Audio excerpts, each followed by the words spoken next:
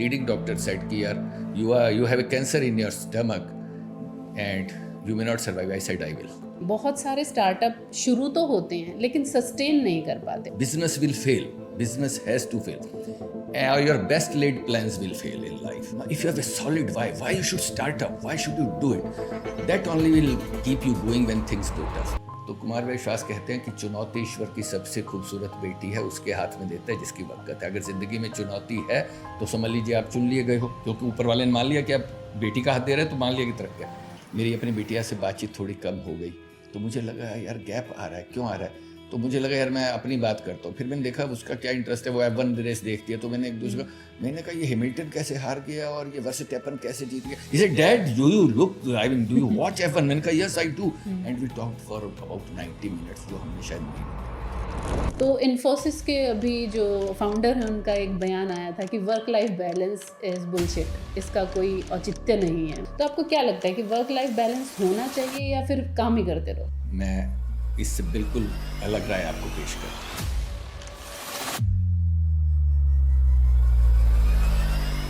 Stories beyond frames के आज के एपिसोड में हमारे साथ हैं जाने माने इंडस्ट्रियलिस्ट डॉक्टर राजीव अग्रवाल, जिन्होंने कैंसर, एपिलेप्सी जैसी बीमारियों से जूझते हुए अपना एक बिजनेस खड़ा किया और अब as a motivational speaker and trainer वो लाखों लोगों की ज़िंदगियां बदल रहे हैं. आप पहले मुझे एक चीज़ बताइए कि मैंने ना आपकी वीडियो देखी जी, और वीडियो देख के मुझे ये पता चला कि आप भोपाल से नहीं हैं, आप हरियाणा से हैं. जी. तो हरियाणा के एक छोटे से गांव में पैदा होकर भोपाल में एक इंडस्ट्रियलिस्ट बनना और ऐसा इंडस्ट्रियलिस्ट जिसका नाम सब जानते हैं, ये कैसे पॉसिबल हो पाया? मुझे लगता है निधि जी, जब हम गांव में पैदा होते हैं तो शायद सपने होते नहीं हैं कभी अपने पास, क्योंकि कुछ देखा नहीं होता. जो रंग देखा नहीं उसे सोच भी नहीं पाते हैं. बट मुझे लगता है कि कुछ एक घटना एक दो जो बचपन में घटी, जिन्होंने मेरे अंदर वो आग लगाई कि यार कुछ करे. और मुझे ये लगता है कि जब तक अंदर आग नहीं होती है तब तक आदमी कुछ कर नहीं पाता है. तो वो आग ऐसी थी कि नाम और पैसा कमाना है. और पिताजी को ये लगा कि शायद हरियाणा जैसी छोटी जगह में होगा नहीं. भोपाल में हमारे कुछ जानने वाले थे, वो बड़े पैसे वाले थे. तो उनको लगा शायद वहाँ कोई पेड़ है जहाँ से नोट वोट तोड़ लेते हैं, तो मैं अपने बेटे को भेज देता हूँ, तोड़ लेगा. यहाँ आ गया. But then journey was tough. Next 14 years I was here and I was a complete failure. एक जगह से दूसरी जगह, एक काम से दूसरा काम, सब में फेल. तो it took me about 15 years to learn the hard way कि इंडस्ट्रियलिस्ट बनना या कुछ करना उतना आसान है नहीं. सपनों को जीना उतना आसान नहीं.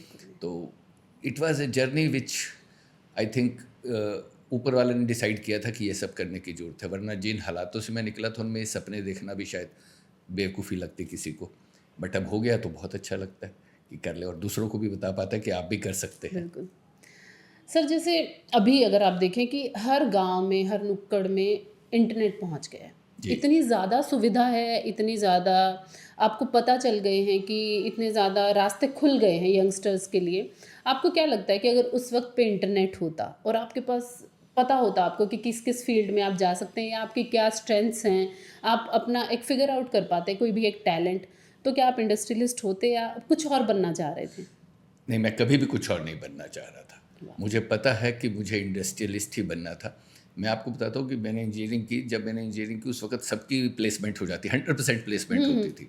मैं प्लेसमेंट में सिर्फ इसलिए नहीं बैठा क्योंकि सिलेक्ट हो गया तो नौकरी करनी पड़ेगी, और वो मेरा रास्ता था नहीं कि जहाँ से मैं वहाँ पहुँच जाऊँ जहाँ मैं पहुँचना चाहता था. तो it was A tough journey and it was A tough call उस ज़माने में, क्योंकि जब आप एक बड़ी लोअर मिडिल क्लास फैमिली से आते हैं तो घर वालों को बड़ी चिंता होती है. In fact to tell you truth, जब मैंने पहली बार 2-3 लाख का लोन लिया तो मेरे पिताजी को ऑलमोस्ट गशी आ गई. 1 हफ्ता तो बिस्तर से नहीं उठे. तो वो सारी चिंताएं, उन सारी फाइट्स को जीना टफ कॉल था. लेकिन मुझे बिल्कुल निश्चित रूप से पता था कि मुझे यही करना है, कितने भी टूटे किया यही. लेकिन इतनी सारी लड़ाइयाँ तो आपने लड़ी, हमें पता है कि अपने प्रोफेशनल करियर में, बट एक लड़ाई थी जो आपकी बहुत पर्सनल थी, जिसको कैंसर कहते हैं. और वो लड़ाई लड़ना सबसे ज़्यादा मुश्किल इसलिए नहीं है कि आप शारीरिक तौर पे बीमार होते हो, एक मानसिक तौर पर भी आप अलग लड़ाई लड़ रहे होते, और दूसरा फिर तीसरी एक लड़ाई होती फाइनेंशियल. तो इसमें अकेला शरीर नहीं लड़ रहा होता, आपका दिमाग, और आप फाइनेंशियली आप देखते हैं कि जब आप खुद बिजनेस के लिए स्ट्रगल कर रहे हो और ऐसे टाइम पर वो बीमारी आ जाए, तो वो कौन सा ऐसा टाइम था, कौन सा ऐसा पॉइंट था जहाँ पर आपको लगा कि यार गिव अप तो नहीं कर सकता, या फिर कभी ऐसा लगा कि गिव अप कर देता हूँ? क्या चल रहा था उन दिनों दिमाग में? मुझे लगता है कि 2 लड़ाइयाँ मैंने ऐसी लड़ी जो मेरे को शायद लोग कहते थे कि you should stop, give up. आपको उसमें अगर आपने देखा हो बैकग्राउंड, तो I was epileptic for 8 years and then after being epilepsy में आप बहुत कमज़ोर हो जाते हैं, दवाइयाँ लेनी पड़ती हैं, दिमाग कमज़ोर हो जाता है क्योंकि you are not allowed to move around. And when cancer hit, तो एक बारी भी ये नहीं लगा। इनफैक्ट जब doctor said, leading doctor said कि यार you have a cancer in your stomach and you may not survive, I said I will. All along I knew कि कुछ होने वाला है नहीं। I don't know what belief drew me at that point of time, but मैंने यही कहा मुझे कुछ नहीं होगा, और कुछ नहीं हुआ। The only idea is I could look at, I could get up, I was in a कल डे सेक। इनफैक्ट सिर्फ आपने बहुत अच्छा कहा, बीमारी सिर्फ नहीं आती, साथ छोड़ जाते हैं लोग जिनको साथ देना होता है। कई बार वो पीठ पर छुरा लेके सवार होते हैं, आपको ना सुनने को मिलती हैं। मुझे बहाने याद हो गए थे लोगों के कि वो क्या बोलेंगे, चेकबुक खो गई है, लास्ट लीव था, पैसे ना मांग ले, भैया चाबी ले गए अलमारी की। मुझे वो साइकोसोमेटिक डिसऑर्डर सारे मालूम है, जब रात को आपको बार बार यूरिन आता है, पेट गुड़गुड़ करता है, सुबह लगता है कि ना हो और डर होता है, बट एनीथिंग कुड नॉट, एक दिन भी ये नहीं कह पाई कि नहीं यार ये नहीं करना है। इनफैक्ट लोगों ने कहा, शायद उन्होंने मेरे इरादों को मजबूत किया। One of the relative said यार तेरा मेरा बच्चा इतना कम पढ़ा हुआ तेरे से ज़्यादा कमाता है, तू क्या कर रहा है इंजीनियरिंग करके। इनफैक्ट दैट टोल्ड मी कि एक दिन बताऊँगा मैं क्या कर रहा हूँ। तो those things drew me in fact. एक कहानी है आपकी जिसमें आप एक बैंक में पहुंच जाते हैं और लोन के लिए मैनेजर को ही डायरेक्ट बोल देते हैं कि मुझे इतने का लोन चाहिए, और वो मैनेजर दे भी देते हैं। तो वो कहानी कहीं ना कहीं ह्यूमैनिटी में फेथ डेवलप करने के लिए बहुत अच्छी है। मुझे वो कहानी पता है, आपको पता है, बट मैं चाहूँगी कि वो इंसिडेंट आप हमारे दर्शकों के साथ ज़रूर शेयर करें, क्योंकि आजकल मैं सबको, यूथ को स्पेशली यही कहते सुनते हैं, यार इंसानियत ख़त्म हो गई है। मैं इनफैक्ट ये कहूँगा कि इंसानियत कभी ख़त्म हुई नहीं और ना होगी। हुआ ये जो इंसिडेंट की आप बात करें, तो this was during that period जब मेरा कैंसर डायग्नोस हो गया, तो जी। इलाज चल रहा था। तो I could not eat anything from my mouth. तो मेरे को एक वैनफ्लॉन लगा दी गई थी, या कैनुला जिसे कहते हैं। तो सुबह शाम मुझे 2-2 बॉटल लगवानी पड़ती थी, एक रिंगर लैक्टेट की और ग्लूकोज की। तो एक दिन परेशान मैं न्यू मार्केट में घूम रहा था, आज भी उसी ब्रांच में मेरा account. I just walked into that branch. उस ज़माने में ब्रांचेज ऐसी मॉडर्न नहीं होती थी, बड़े बड़े केबिन होते थे। And with all my style and all salesmanship I went to the, उस ज़माने में मांगने वाला, लोन लेने वाला भिखारी होता था practically. I walk to that chief manager, so मैं sir good morning sir, I am Rajeev Agarwal. Okay mister Agarwal, tell me sir, I do this I do that, और मुझे ना थोड़ा सा लोन चाहिए। तो उन्होंने कहा बैठिए, और फिर उन्होंने बड़ी बात पूछी जो उस ज़माने में थी कि कोलेटरल है। मैंने कहा नहीं है साहब, जो कुछ है मैं ही हूँ। देन ही नोटिस कि मुझे वो लगी हुई है कैनुला। कहता ये क्यों लगाई हुई है? मैंने सब डॉक्टर्स ने कैंसर बताया है, तो सुबह शाम बोतल लगवानी पड़ती है। तो कहते फिर भी लोन लेने आ गए। तो आई सेड टू, मैंने साहब चिंता मत कीजिए, ना मैं मरूंगा ना मेरा लोन मरेगा। Now that man, I don't know what did he see. Later on, he was my student in the same bank because I go to 9 banks to train bankers. So he became my student. He gave me a loan of small amount, 1.7 lakh rupees. और उस ज़माने में Nidhi ji rate of interest थी 21.25%, और FD पे मिलता था 14%। आज का ये लोग तो इमेजिन भी नहीं कर सकते। तो मेरा पहला लोन था 21.25% का। तो मैंने उनसे पूछा, और ह्यूमैनिटी कैसे पिक्चर में आती है, या कई बार हमारी सिक्स सेंस या गॉड। तो आई सेड सर आपने मुझे लोन क्यों दे दिया? I had nothing, no collateral. उस जमाने में क्लीन लिमिट 1.7 लाख रुपये बहुत बड़ी बात थी। तो what he said that taught me a big lesson in life. He said Rajiv, कई बारी लोग आते हैं लोन लेने के लिए, पेपर सारे बहुत अच्छे होते हैं, लेकिन अंदर से एक आवाज़ आती है कि यार ये गड़बड़ आदमी है। दे देते हैं, पछताते हैं। तेरे केस में पेपर तेरे कमज़ोर थे, भाई फिगर्स ठीक नहीं थे, लेकिन अंदर से आवाज़ आई कि तू कर लेगा, और मैंने तेरे ऊपर रिस्क ले लिया एंड इट पेड। तो ह्यूमैनिटी क्या है? वो some six sense that tells you something about people, that you can connect with this people, they are the right people and let us work with them. Sir थोड़ा सा business पे आते हैं कि आजकल बिजनेस अपॉर्चुनिटीज़ भी बहुत हो गई हैं और स्टार्टअप्स भी बहुत हो रहे हैं। हर 22-23 साल की उम्र से हर बच्चा ये सोचने लग जाता है कि मुझे कुछ अपना करना है, मैं किसी की नौकरी नहीं कर सकता।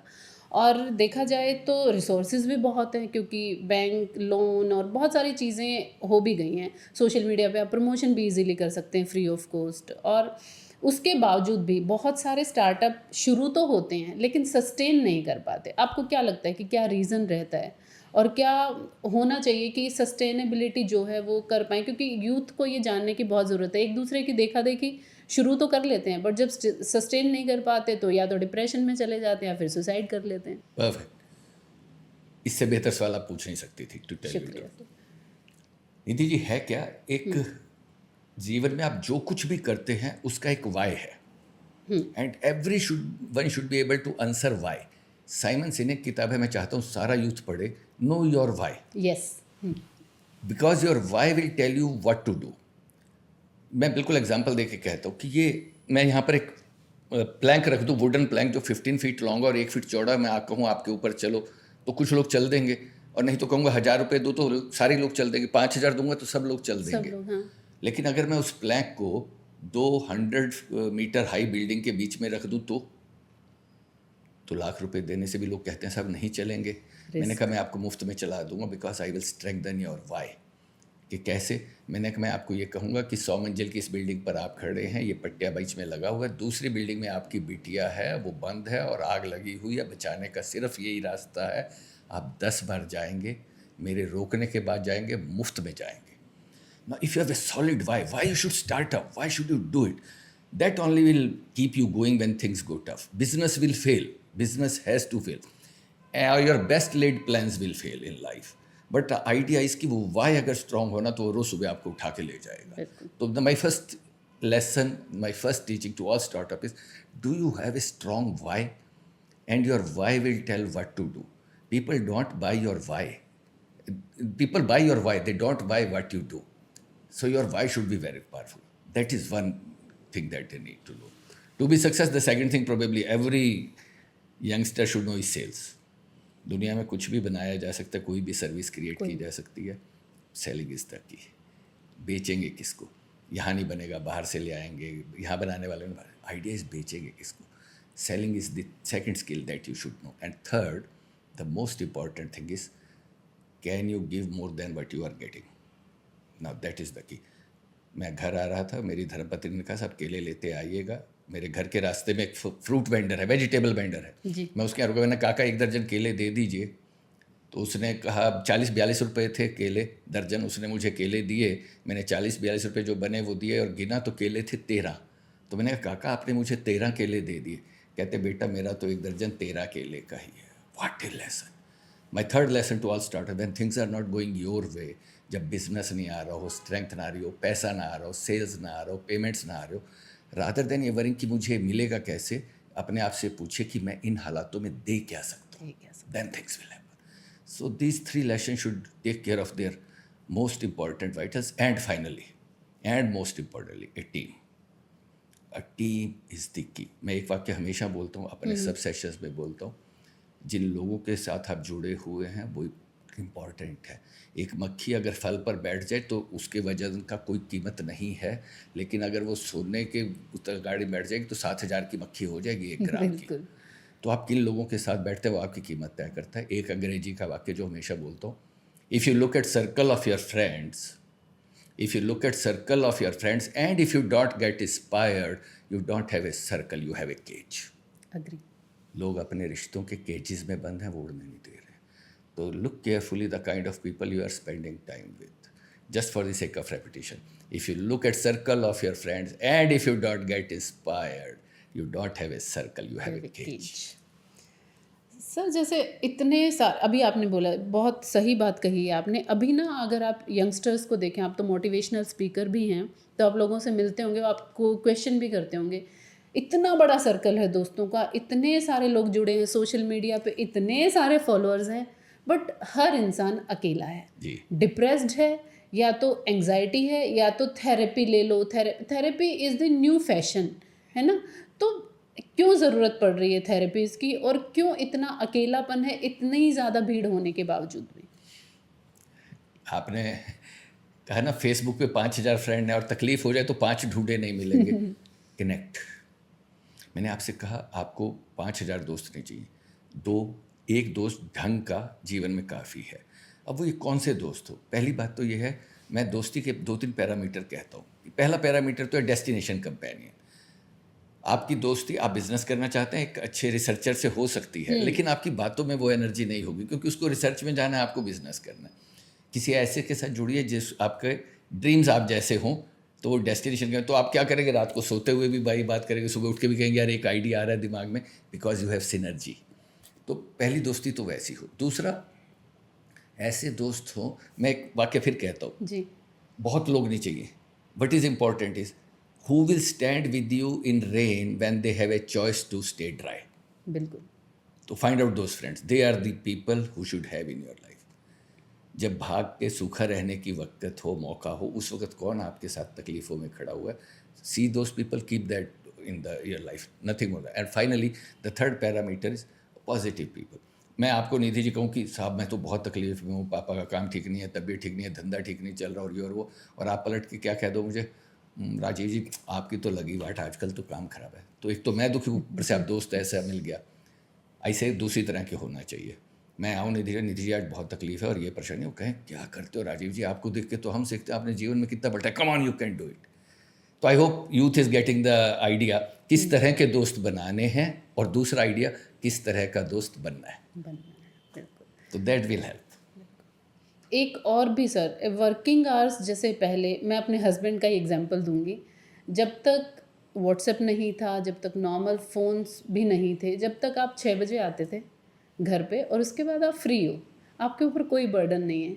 अभी रात को 1-1 बजे तक, 2-2 बजे तक फ़ोन आते रहते हैं, व्हाट्सएप पे रिपोर्ट्स आती रहती हैं, आप उनको कंपेयर करते रहते हैं, डेटा एनालिसिस करते रहते हैं।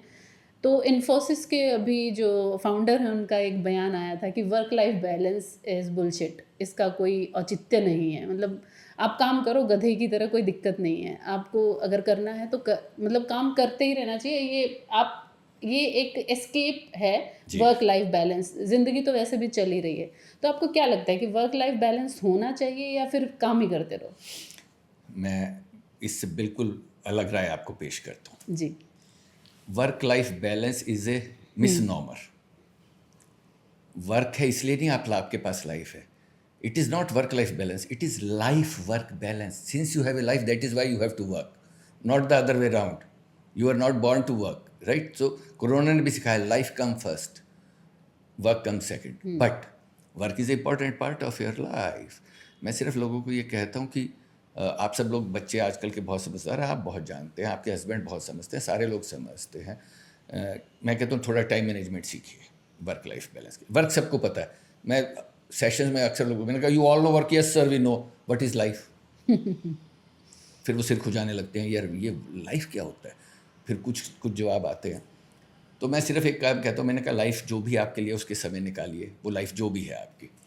कैसे निकालें? मैंने कहा आप सब जानते हैं टाइम मैनेजमेंट के लिए एक फंडा है कि you have to create a to do list, everyone has to do it. मैंने कहा डिज़ाइंड लिविंग सीखिए। डेलिब्रेट लिविंग क्या है? Create a not to do list. I will suggest you और your husband, my team, create a not to do list. That will help you to really get rid of all those extra times that not to do list में। क्या सुबह उठते ही mobile नहीं देखेंगे, रात को सोते हुए नहीं, फियांसी या लाइफ पार्टनर के साथ बैठे हैं तो मोबाइल नहीं देखेंगे, गॉसिपिंग नहीं करेंगे, चाय पे ठेले खड़े होकर दुनिया को और हालात को गाली नहीं देंगे, बिचिंग नहीं करेंगे। तो you create are those list. The moment you create a not to list, next day you will start finding time for the things that value in life. So work life balance gets created. एक बड़ा ही fancy word है sir, struggle. जी। अभी ना 12वीं class का एक बच्चा जी पढ़ने को स्ट्रगल कहता है। हाँ। You don't know my struggles. There is a thin line between hard work and struggle, जी। है ना? लेकिन स्ट्रगल का एक पे बैक टाइम आता है जो हमें बहुत लेट समझ में आता है कि वो जो हमने किया उस वक्त वो क्यों इम्पोर्टेंट था। क्योंकि जब वो ना कर्म करो फल की इच्छा मत करो, वो जब फल मिलता है ना तो बस वो कर्म याद आता है कि यार उस वक्त ये किया था ना, ये उसी का फल है। और जब तक हम बहुत बड़े हो चुके होते हैं, लेकिन जिस वक्त हम कर्म कर रहे होते हैं उस वक्त कॉन्स्टेंटली एक चीज़ चल रही होती है, मैं ही क्यों, मेरे साथ ही क्यों, या फिर ये स्ट्रगल कब ख़त्म होगा। तो यूथ का ये आइडिया कि हार्ड वर्क को, अब भाई तुम 12वीं क्लास में हो, तुमको इंजीनियर बनना है, तो ये हार्ड वर्क जो है किताबें पढ़ने का या कॉन्सेप्ट को समझने का, ये तो तुम्हें उतना तो डालना पड़ेगा ना उसमें। It's not struggle. स्ट्रगल तो तब है जब तुम्हारे पास किताबें नहीं हैं। स्ट्रगल तो तब है जब तुम्हारा पिता तुम्हें स्कूल जाने से रोक रहा है और तुम इंजीनियर बनना चाहते हो, वो स्ट्रगल है। तो ये थोड़ा सा एक कॉन्सेप्ट समझाइएगा। और इसके साथ एक और क्वेश्चन रिलेटेड है कि जो स्ट्रगल होती हैं या जो सफरिंग्स होती हैं वो कहीं ना कहीं आपको आपकी अंतरात्मा से जोड़ देती हैं और आपके अंदर से एक अलग इंसान, एक बेहतरीन इंसान, जैसे कहते हैं ना हीरा तराशा कब जाता है जब उसके ऊपर से वो कोयले को पूरा झाड़ देते हैं, और तब तो आपके अंदर से एक बेहतरीन इंसान निकल के आता है। और एक वक्त के बाद फिर आप ग्रेटफुल होते हैं उन सफरिंग्स के लिए भी कि यार उन्होंने मुझे बनाया है। तो इसको थोड़ा सा एक्सप्लेन कर दीजिए। Thank you very much. आपने कहा कि वो 12वीं के बच्चे के लिए वो स्ट्रगल है पढ़ना। मैं उसकी गलती नहीं मानता हूँ क्योंकि उसको समझ नहीं है, किसी ने उसे बताया नहीं है कि स्ट्रगल में फ़र्क क्या है। Probably someone need to tell, but for the sake of him I always say struggle is fantastic. अब ये हमारे कहने से नहीं हो जाएगा उसके लिए fantastic. He has to see and believe it and because you are he 62। Need to have a reel model. Role models उसको चाहिए, अच्छे रील मॉडल हैं उसके पास, उसे चाहिए रोल मॉडल। क्या हो गया है, दिक्कत कहाँ आ रही है? एक तो बाहर बहुत शोर है, दूसरा रील्स का इतना शोर है कि अंदर इतना शोर हो गया कि असली बात समझ आना बंद हो गया। Struggle is the key. मैं इस बात को ऐसे कहता हूँ, अक्सर पूछता हूँ कि यार ये कुमार विश्वास जी बड़ा कहते हैं अपने सेशंस में, and I have learn from him and this is a wonderful line for every youth. In fact मैं काउंसलिंग करता हूँ तो कभी मैंने लोगों के पर्सपेक्टिव बदले, और मैं आपको आज उसको बिल्कुल अपने ढंग से भी बताता हूँ कि कोई माँ बाप अपनी बेटी का हाथ किसी अनाड़ी लड़के के हाथ में दे देगा क्या? नकारा के हाथ में दे देगा? नहीं देगा ना। कोई ऐसा ढूंढेगा जो ठीक ठाक काम कर सकता हो, मेहनती हो, वक़्त हो जिसकी। तो कुमार विश्वास कहते हैं कि चुनौती ईश्वर की सबसे खूबसूरत बेटी है, उसके हाथ में देता है जिसकी वक़्त है। अगर ज़िंदगी में चुनौती है तो समझ लीजिए आप चुन लिए गए हो, क्योंकि ऊपर वाले ने मान लिया कि आप बेटी का हाथ दे रहे हैं तो मान लिया कि तरक्की है। मैं इस बात को कुछ और ढंग से कहता हूँ।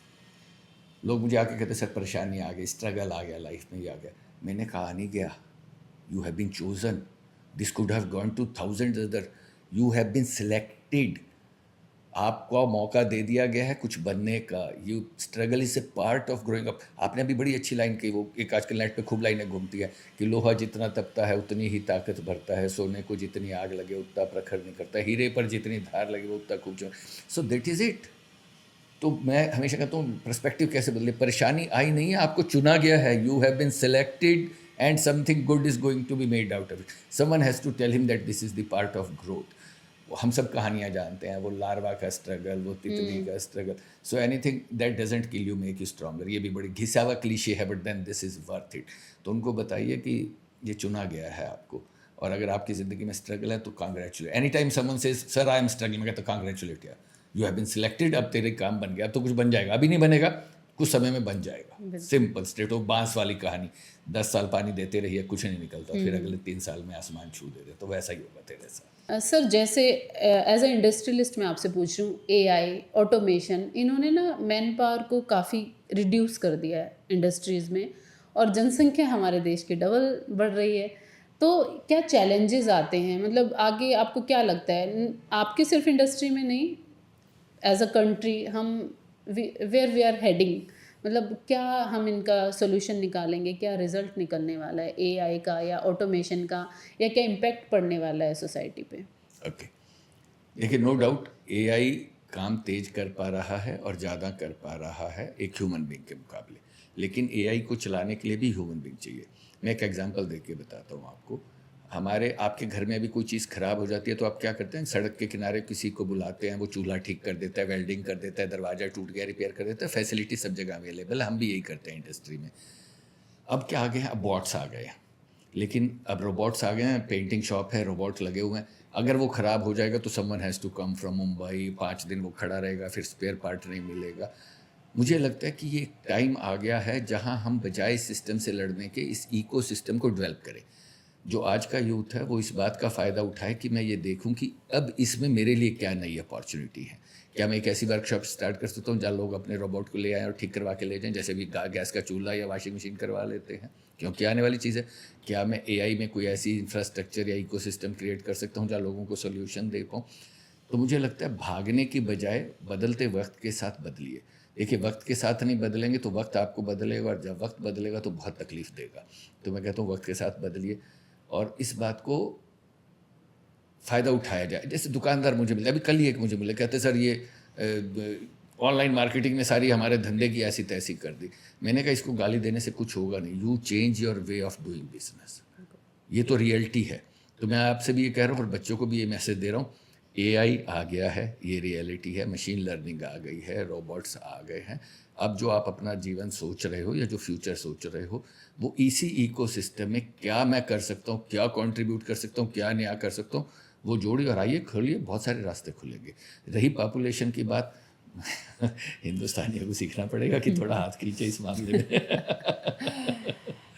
सर हमारे दादाजी पिताजी को कहते थे कि तुम्हें क्या पता हमारा ज़माना कैसा था, तुम तो बेकार जनरेशन हो। फिर पिताजी हमें कहते थे, अब हम आगे अपने बच्चों को कहने वाले हैं। तो ये जनरेशन गैप हमेशा रहा है। तो जब भी मुझे अगर कुछ नया करना है या मुझे कहीं मैं फेल हो जाती हूँ, तो कहीं ना कहीं एक गैप रहा है बच्चों और पेरेंट्स के बीच में कि वो रीच आउट नहीं कर पाते पेरेंट्स को, क्योंकि उन्हें लगता है कि या तो डांटेंगे या तो ये कहेंगे हमें तो पता ही था, हमने तो बोला ही था, तुम सुनते नहीं हो। दोस्त शायद मजाक उड़ाते हैं। तो ऐसा कोई एक इंसान कौन होना चाहिए किसी की ज़िंदगी में कि यार जाकर सलाह ले सके या वो पीठ थपथपा कर ये कह सके कि यार कुछ नहीं, चलता है, हो जाएगा, चल मैं हेल्प करता हूँ। बिल्कुल ठीक कहा आपने। आपके और मेरे ज़माने में ये और इनके ज़माने में एक फ़र्क है। हमारे ज़माने में ये था कि अगर माँ बाप ने कह दिया कि छोड़ो यार, तुम्हें कुछ नहीं पता है, तुम बहुत नालायक हो तुम, तो हमारे पास कोई जानने का, वैलिडेट करने का ढंग नहीं था, हम वाकई नालायक हैं या हम ठीक रास्ते पर हैं। लेकिन आज की जनरेशन के पास ये फ़ायदा है कि वो आज जाएं तो कोई ऐसा ढूंढ सकते हैं जो उनके कंधे पर हाथ रखते हैं, और ये कंधे पर हाथ रखने वाले बहुत इंपॉर्टेंट है। I call the mentor, Guru, guide, philosopher, जो भी आप समझ लीजिए जूरी है। और मुझे लगता है कंधे पे रखा गया हाथ कई बार बड़ा इंपॉर्टेंट होता है बजाय सारी बातों के। मैं एक दिन मंदिर गया और वहाँ पर मांगने वाले कुछ लोग बैठे रहते हैं, तो उनमें से एक ने डब्बा खड़खड़ाया कि साहब को दे जाइए। तो मैंने जल्दी से पॉकेट में हाथ मारा तो मेरी पर्स था नहीं। मैं गाड़ी तक वापस गया तो मुझे एहसास हुआ कि मैं पर्स घर पर भूल आया हूँ। तो मैं गया और काका जो मांग रहे थे उनके कंधे पे हाथ, मैं काका ही कहता हूँ जनरली सीरियल लोग, मैंने काका कंधे पे हाथ रख के कहा आज के लिए माफ़ कर दीजिए, भूल गया हूँ पर्स, कल पैसे लेकर आऊँगा तो कल दूंगा, लेकिन आज पर्स भूल गया हूँ। तो उन्होंने जो कहा that became a big lesson in my life. He said आप तो रोज़ भूल जाना साहब पर्स। मैंने कहा आप ऐसा क्यों कह रहे हो? काका नहीं, कहता आप रोज़ भूल जाना। मैंने कहा काका ऐसा क्यों कह रहे हो? कहता पैसे देने वाले तो बहुत आते हैं, कंधे पे हाथ रखने वाला पहला आया है। तो ज़िंदगी में कंधे पे हाथ रखने वाला एक चाहिए, वो पैसे दे ना दे, वो सब ना दे जो वो आपको मन है, लेकिन किसी दिन जो आपने कहा कंधे पे हाथ रख के कहे कि तू कर लेगा, मैं तेरे साथ हूँ, सब ठीक हो जाएगा, डोंट यू वरी। और अगर वो कोई पढ़ा लिखा अच्छा मेंटोर हो, गुरु हो, जो उस लाइन का हो जिस लाइन में आप जाना चाहते हैं, choose carefully. Only thing I said, choose your mentor carefully. आप समझ लीजिए कौरवों के मेंटोर और पांडवों के मेंटोर में फ़र्क था। तो किससे आप सलाह ले रहे हैं ये भी फ़र्क होना जरूरी है। ढंग का एक आदमी ढूंढ लीजिए, आपकी ज़िंदगी में बहुत बड़ा चेंज आ जाएगा। They hold you when things are down, when chips are down. शब्दों में बड़ी ताकत होती है सर, हम अक्सर सुनते हैं, कहते हैं और देखते भी हैं कि जैसे अभी आपने कहा एक मेंटोर अगर ये कह देगा कि यार तू कर लेगा, मैं हूँ, मैं बैठा हूँ, चाहे वो हेल्प भी ना करे, बट वो उस वक्त उसने कह दिया जिस वक्त हमें उसको सुनने की ज़रूरत थी, वो बड़ा इम्पॉर्टेंट होता है। लेकिन जो करंट जनरेशन है वो कहीं ना कहीं बातचीत में बड़ी लैक कर पा रही है, एक दूसरे से बात ही नहीं कर पा रहे हैं। और मुझे लगता है कि जो ये पॉडकास्ट का सिस्टम है ये भी इसीलिए आया क्योंकि बैठकर बातें करना बंद हो गए हैं लोग। तो ना करें तो कम से कम दूसरों को सुन ही लें। तो हमारी जो संस्कृति थी शुरू से कि बाहर वो खटिया बिछा के 4 बूढ़े दादा बैठ जाते थे, उनके बीच में एक बच्चा बस बैठा रहता था और सुनता रहता था, कहीं पॉलिटिक्स डिस्कस हो रही है, कहीं कुछ डिस्कस हो रहा है, तो वो बातचीत का कल्चर जो था वो कल्चर ज़्यादा अच्छा था या ये कल्चर ज़्यादा अच्छा है, या कैसे मतलब बैलेंस किया जाए? क्योंकि बच्चे एक होता है ना ह्यूमन इंटरेक्शन से बहुत दूर होते जा रहे हैं।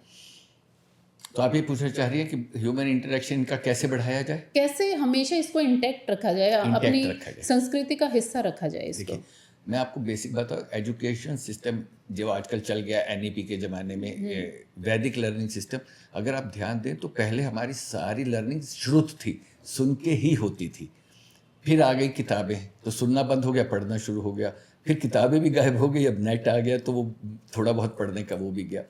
मेरा आपका बिल्कुल चैलेंज ये है कि इनको कनेक्ट कैसे बनाएं, बच्चे सुने कैसे? क्यों सुनेंगे कोई आपको? वो तब सुनेंगे जब आप उनके मतलब की बात करेंगे, वरना वो क्यों सुनेंगे? तो मैं कहता हूँ onus is more on the generation one above.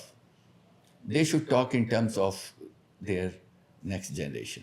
मेरी अपनी बिटिया से बातचीत थोड़ी कम हो गई तो मुझे लगा यार गैप आ रहा है, क्यों आ रहा है? तो मुझे लगा यार मैं अपनी बात करता हूँ। फिर मैंने देखा उसका क्या इंटरेस्ट है, वो F1 रेस देखती है। तो मैंने एक दूसरे को मैंने कहा ये हैमिल्टन कैसे हार गया और ये वर्स्टैपन कैसे जीत गया। He said dad do you look I mean do you watch F1? मैंने कहा yes I do, and we talked for about 90 minutes, जो हमने शायद महीनों में नहीं किया था। तो मुझे लगता है कि बजाय हम यूथ को कहें कि वो कनेक्ट करे, मैं उन लोगों से कहूँगा जिनके बच्चे हैं या जो सीनियर जनरेशन है कि वो बच्चों तक पहुँचे और उनकी बात करे बजाय अपनी बात कहने की। तो मुझे लगता है कनेक्ट बन जाएगा। That is one real way of doing. जितनी भी इनोवेशंस आ रही हैं, जितनी भी नई टेक्नोलॉजी आ रही है, आपको सबसे ज़्यादा एक्साइट क्या करती है कि ये कुछ नया कर देगी अब इन फ्यूचर?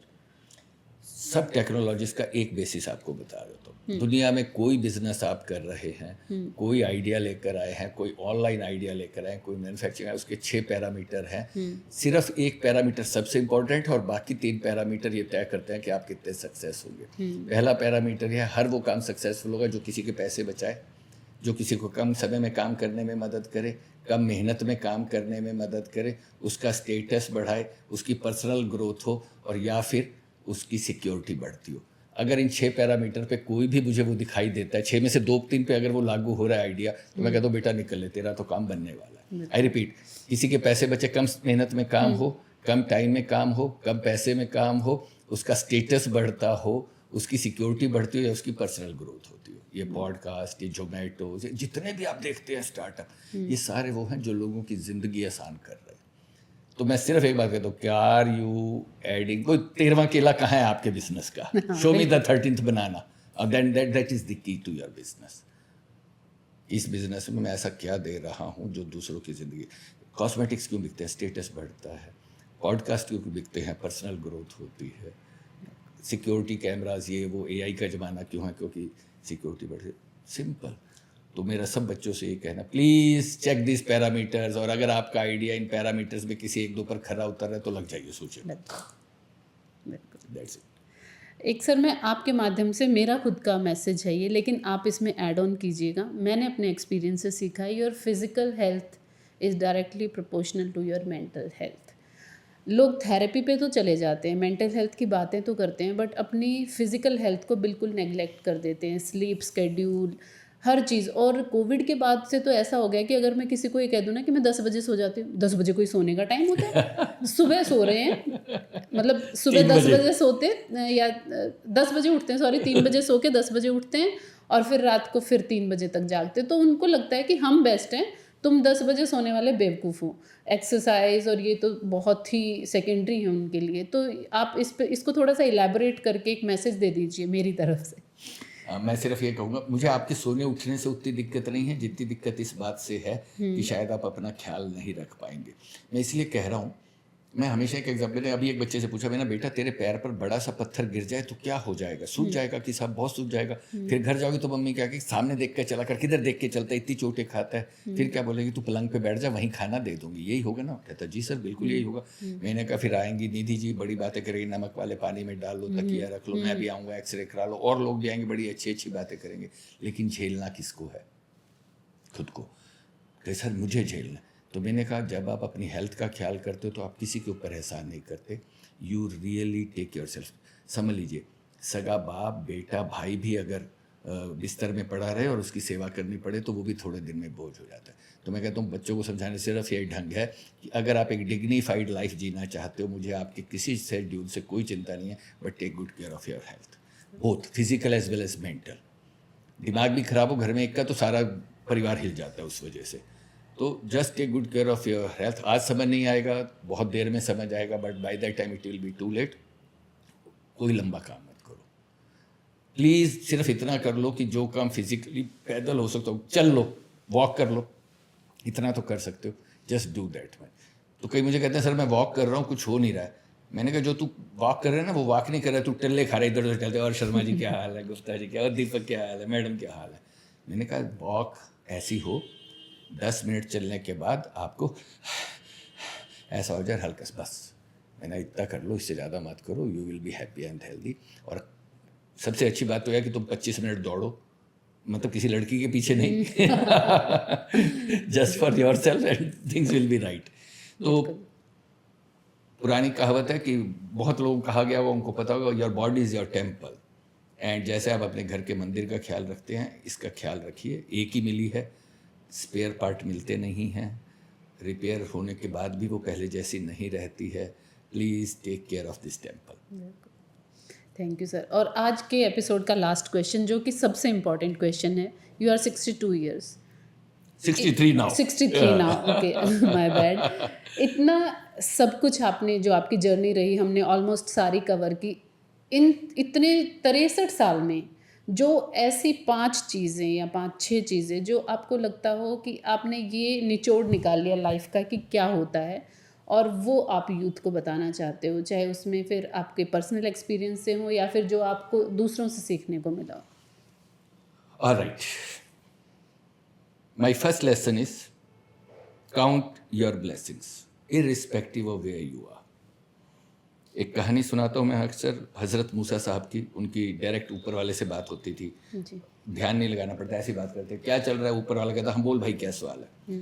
तो एक आदमी आया, उसके पास बहुत कुछ था ज़िंदगी में, तो और कहता कि साहब मेरा एक मैसेज दे दोगे कि हाँ मैं बड़ा शुक्रगुजार हूँ, ईश्वर ने मुझे दिया है। उसको कहना कि दुनिया में इतने लोग तंग हैं तो मुझे और ना दे, मैं उसका बड़ा शुक्रगुजार हूँ। कि तू सोच ले, क्या मेरी तरफ से आप मैसेज दे देना। कि ठीक है मैं मैसेज दे दूँ। साहब उसने कहा ठीक है मैसेज दे दूंगा। तो चला गया। थोड़ी देर में फकड़ा, कहता मेरी ज़िंदगी में इतना स्ट्रगल है, इतनी परेशानी है, उसको कहना कुछ तो दे देता। कहता ठीक है मैं बोल दूंगा। तो अगले दिन वो आदमी आया जिसने बस बहुत कुत्ता। कहता मूसा बोला कि हाँ मैंने बोला कि कुछ और मत दो। कह रहा मुझे और नहीं चाहिए। तो क्या कहा ऊपर वाले ने? उसने कहा कि उसे कहना शुक्रिया कहना बंद कर दे, ग्रेटिट्यूड बंद कर दे। कहता कैसे बंद कर दूँ, इतना सब दिया है। क्या मुझे जो कहा मैंने तुझे बता दिया। थोड़ी देर में फक्कड़ आया, कहता क्या बोला तूने कुछ तो देता। कि हाँ मैंने बोला। तो क्या कहा उसने?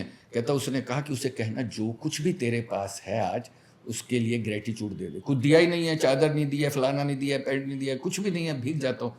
मैं क्या कहता हूँ आज के यूथ को जो शिकायत करता हूँ उनसे कहता हूँ समझ लीजिए, ज़िंदगी में दुनिया की पॉपुलेशन 850 करोड़ लोग है। आज रात को 850 करोड़ लोग सोएंगे, 80 लाख लोग नींद में मर जाएंगे, कल सुबह नहीं उठेंगे। कल सुबह नींद खुल जाए तो कहना खुदा ईश्वर तेरा लाख लाख शुक्र है। हिंदुस्तान की पॉपुलेशन 142 करोड़ है। 17 करोड़ लोग अलग अलग दिव्यांगता से जुड़ रहे हैं। किसी का हाथ नहीं है, पैर नहीं है, अंध विद्यालय खुले हुए हैं, सुनाई नहीं देता है। सुबह उठो और हाथ पैर सलामत बन लें तो कहना ईश्वर तेरा लाख लाख शुक्र है। दुनिया की 6% पॉपुलेशन मेंटल प्रॉब्लम में है। इंडिया की 8.5% पॉपुलेशन है जिनको लोग आप देखते हो सड़कों पर फटे कपड़े, लोग पत्थर मारते हैं, कोई रहने घर बसेरा नहीं। और आपको सुबह अपना दिमाग काम करते हुए मिल रहे तो कहना ईश्वर तेरा लाख लाख शुक्र है। भोपाल में कल लगभग 10,000 लोग सड़कों पर सोए हैं, रैन बसेरों में सोए हैं, जहाँ जहाँ बने हुए हैं। बॉम्बे में लाखों लोग पटरियों पे सोए हैं, बरसते पानी में, सिर पर छत नहीं है। आप सुबह आँख खोलो और सिर पे छत दिख जाए तो कहना ईश्वर तेरा लाख लाख शुक्र है। और अगर तबीयत खराब हो जाए कहना ईश्वर लाख लाख शुक्र है, इस बहाने अपनी सेहत का ख्याल रखूँगा। हम बात कर रहे हैं ईश्वर तेरा लाख लाख शुक्र है। The first thing is gratitude, because once you focus on gratitude, see दुखी रहने के लिए उन चीज़ों पर फोकस करना पड़ता है जो ज़िंदगी में नहीं है, और सुखी होने के लिए जब आप ग्रेटिट्यूड दे रहे हो तो आपका फोकस उन चीज़ों पर जो होता है जो है। तो if you start your day with gratitude, what a great way to start. तो मेरा पहला सबसे कहना है, before you start counting what is missing, focus on what is there and that will help you to live full life. That is one. Build your blessings, who doesn't have it. तो मैं इस बात पे बड़ा जोर देके focus करता हूँ, focus on what is right rather than focus. मैं गांव में पढ़ रहा था, आपको पता नहीं वो कहानी मैंने नरेट किया नहीं। हमारा एक दोस्त था, बाद में वो नौसेना का रियर एडमिरल बना। एक दिन उसने कहा हम रोज़ रात को सोते थे पाठशाला की छुट्टी हो जाए। कहता है एक दिन 3 जानवर लाओ संडे को। कहता सुबह पाठशाला की मैं छुट्टी करा दूँ। मैंने कैसे? कहता हम सब जानवरों को अंदर बंद कर देंगे, माँ साहब आएंगे देखेंगे जानवर हैं तो हमारी छुट्टी हो जाएगी। अरे हमने कहा वो 2 मिनट में जानवर बाहर करेंगे और हमें अंदर, और फिर रात भर का गोबर भी साफ करना पड़ेगा। कहता लेकर आओ। तो हमने उसके आगे लाकर 3 बड़े बड़े जानवर, गांव में जानवरों क्या कमी, खड़े कर दिए। उसने एक की पीठ पर लिखा 1, दूसरे पर लिखा 2, तीसरे पर लिखा 4, अंदर बंद कर दिए। सुबह मास्टर साहब के, चौकीदार के, देसी एनिमल ड्रॉपिंग एवरीवेयर। हम सब कहते बच्चों बाहर रुक जाओ, हम बाहर खड़े हो गए। उन्होंने जानवर ढूंढने शुरू करे। जानवर नंबर 1 मिल गया, जानवर नंबर 2 मिल गया, जानवर नंबर 4 मिल गया। 3 नंबर ढूंढते रहे, लैब में, खेत में, नहीं मिला। हमारी हो गई छुट्टी। क्यों नहीं मिला? क्योंकि था ही। यहाँ जो मुझे सुन रहे हैं मैं उनसे पूछ रहा हूँ, क्या आपकी ज़िंदगी में आप किसी ऐसी चीज़ के पीछे भाग रहे हैं जो है नहीं? ये दोस्त बन जाता, ये फियांसे मिल जाती, इस कॉलेज में पढ़ लेता, ये बिजनेस मिल जाता, ये टारगेट पूरा होता, ये काम कर लेता तो मैं खुश हो जाता हूँ.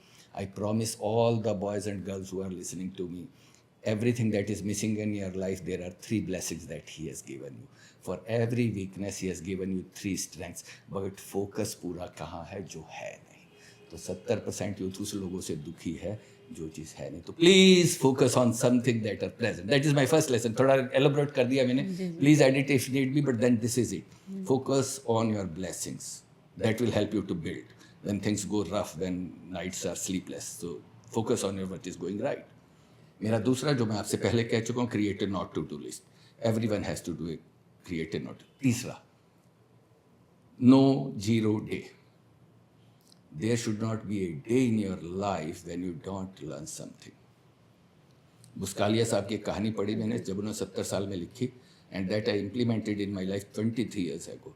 ही सेड, हमारे घर में एक सिस्टम था, 4 लोग खाने पे बैठते थे तो पिताजी कहते थे हर एक किसी को एक नई बात बतानी है जो उसने उस दिन सीखी.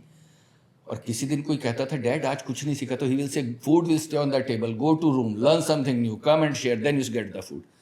हम कहते थे बड़ा हानिकारक बाप हुआ. दोस्तों से कहते थे तो तुम्हारा बाप भी उठा देता तुम्हें डाइनिंग टेबल से. कहता है नहीं. 30 साल ये सिलसिला चलता रहा, पिताजी नहीं रहे. कहता मैं आज भी कहीं जाता हूँ तो लोग मुझसे पूछते हैं how do you know so much. 70 साल का हो गया, अभी भी पिताजी आके पूछते हैं, what is new thing that you have learn today. Nidhi ji, मैं घर आया, आते ही लागू. देखिए, सुनने से बात नहीं बनती. The only problem is implementation. You may have best idea of your startup, but if you don't implement, implementation is the key. आते ही घर में लगाया, 4 थे बच्चे, आज बड़े हो गए, चले गए. सब एक दूसरे से पूछते क्या नया सीखा. कल भी हस्बैंड वाइफ ने एक दूसरे से पूछा आज क्या नया सीखा. आज भी पूछेंगे, कल भी पूछेंगे. तो boys and girls, my next lesson is every day you should find out for yourself कि आज have I become better than yesterday. That is no zero day. आपकी ज़िंदगी की 365 दिन की फिल्म बनाई जाए, सुबह से शाम रिकॉर्डिंग करी जाए, किसी को दिखाई जाए, और 2-3 महीने की फिल्म उड़ा दी जाए और किसी को फ़र्क समझ ना आए, तो आप वो जिए ही नहीं 2-3 महीने. तो my third lesson is there should not be a zero day in your life. Fourth, give more than what you get wherever you are, irrespective. Giving is the only way of growing in life. जब तक समेटते रहते हैं तब तक नहीं बनता है. पैदा हुए माँ बाप से लिया, परिवार से लिया, फैमिली से लिया, जिस पाठशाला में पढ़े होंगे गुरुओं से लिया, जिस कॉलेज में पढ़े वहाँ से लिया, समाज से लिया, देश से लिया. मैं बचता हूँ, सिर्फ लेने के लिए पैदा हुए हो, दोगे कब. तो मेरा चौथा formula for all the youth who is listening to me, जहाँ से जो मिल रहा है, ये मेरे जीने का ढंग है, आप लागू कीजिए ना कीजिए, but this is the key to growth.